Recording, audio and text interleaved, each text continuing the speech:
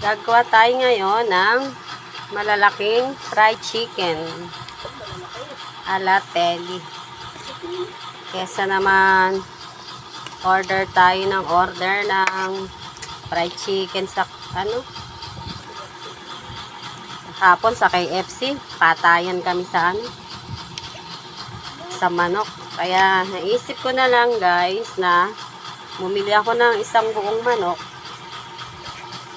Tapos gawin ko na lang katulad ng mga nabibili natin na fried chicken. Ang lalaki pa nito guys. Hindi katulad yung mga na-order natin bagong liliit. Ayan guys.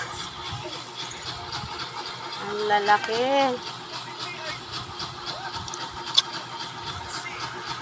Tuwan-tuwa na ng mga itik. Nilagyan ko siya ng harina, cornstarch, itlog, paminta, breading mix, at lutuin na natin.